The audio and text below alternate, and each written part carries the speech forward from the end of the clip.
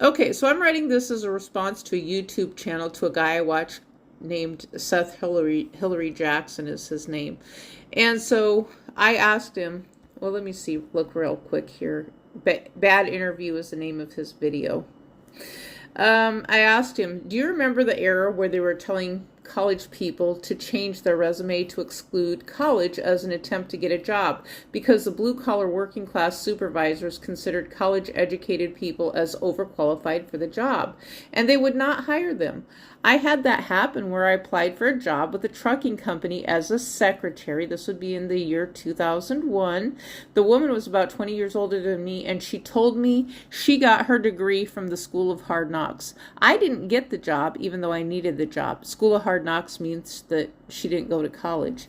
My family member told me I needed to fill in all the gaps of missing time on my resume from 7 years to current. Otherwise, the job companies would think I'd been in prison.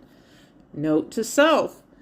Job companies think stay-at-home mom has been in prison because she never worked outside of the home and now she needs a job. Well, this would be a great way to never get hired by putting job description 2003 to 2025 prison. You know, the Department of Transport, not the Department of Labor wants you to be looking for a job when you're unemployed. I worked as temporary seasonal help in Germany for the post office when I was a family member getting the job as spouse preference. Yes, that made me a DEI hire in the year 1998 as a military spouse on a military base in Germany. My boss paid me $50 to write his resume for him, to type it up and put it on a floppy disk. Some said that was a conflict of interest. I don't know if that's true or not. He wanted it to be easy to send an email to potential future jobs. He retired out of the U.S. military as an E6. At that time in the mid-1990s, we were told a resume should not be any more than 2 pages.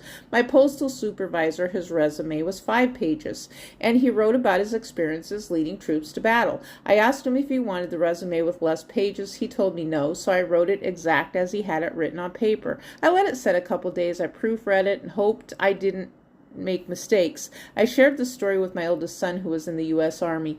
He told me that sounds like something an officer would do because they're notorious for churching up their resume. It's possible my supervisor would have been an undercover U.S. military officer. I thought his resume was accurate for what he did, and funny because I always wondered what leading troops into battle had to do with welcome to McDonald's, would you like fries with that? Most U.S. military officers went to college.